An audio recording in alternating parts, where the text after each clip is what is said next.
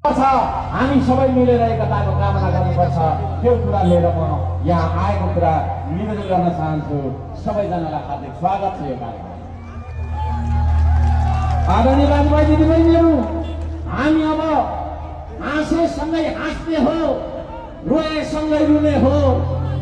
विभिन्न घरमा हामी बसे पनि एउटा ठुलो परिवारका सदस्य बन्ने हो। तयार हो?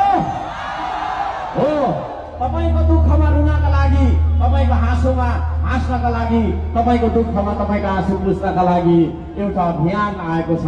त्यही अभियानको नाम हो श्रम संस्कृति। आदरणीय दाजुभाइ दिदीबहिनीहरू, चुनाव आयो, भोट माग्न आयो, करायो गयो भनेर नसोच्नु होला। श्रम संस्कृति चुनावको कुरा मात्रै गर्दैन, तर चुनावको कुरा मात्रै गर्दैन। श्रम संस्कृतिले चेतनाको कुरा गर्छ, सही र गलत बिचको कुरा छुट्याउनुपर्छ भन्छ।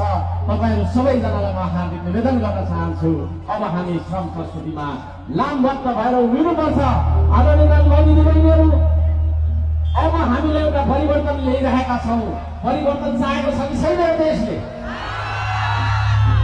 एउटा युगले मागेको परिवर्तन, एउटा समयले मागेको परिवर्तन तपाईहरू सबै मिलेर ल्याउनुपर्छ, हो कि होइन?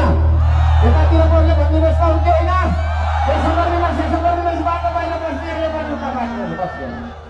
धन्यवाद दिन चाहन्छु। अब त्यो परिवर्तन कसरी हामीले ल्याउने हो त भन्दाखेरि हाम्रो सबैभन्दा ठुलो माध्यम भनेको चुनाव हो। चुनावमा अब हामीले आफ्नो मत परिवर्तन नगरिकन हामीले मुखले मात्रै बोलेर गीत मात्रै गाएर परिवर्तन आउँदैन। त्यसो भएको कारणले गर्दाखेरि चुनावमा मत परिवर्तन गरेर यो युगले मागेको परिवर्तन ल्याउने हो। सबैजनाले दाहिने हात उठाइदिनु। दुई हात उठाउन होला, दाहिने मात्रै उठाउन पाएँ मैले। अब हामीले परिवर्तन ल्याउँछौँ।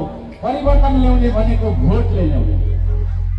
लोकतन्त्रमा तपाईसँग सबैभन्दा ठुलो एउटा अधिकार छ। 5 वर्षमा एकचोटि मात्रै त्यो अधिकार तपाईँ प्रयोग गर्न पाउनुहुन्छ। त्यो मताधिकार, तपाईँले भोट हाल्ने अधिकार। आदरणीय दाजुभाइ दिदीबहिनीहरू, अब तपाईँहरूले भोट परिवर्तन गरेर त्यो युगले मागेको परिवर्तन ल्याउनुपर्छ। थुप्रै कारणहरू छन्, अहिले धारण गरेर सुन्दिनु होला। कुराहरू राखेर जान्छु। अब हामी आफैले परिवर्तन ल्याउनुपर्छ। हाम्रो आफ्नो मत परिवर्तन गरेर परिवर्तन ल्याउनुपर्छ। त्यसका लागि तपाईँहरू तयार हुनुहुन्छ नि? हो। मत परिवर्तन गरियो भने मात्रै हामीले परिवर्तन ल्याउन सक्ने हो। आदरणीय दाजुभाइ दिदीबहिनीहरू, है, नारा लगाएर, कराएर, चिच्याएर, सुर सुकाएर परिवर्तन ल्याउन सकिँदैन। त्यसो भएको कारणले गर्दाखेरि अब तपाईहरूले चुनावहरूमा हामी सबैले, तपाईँहरूले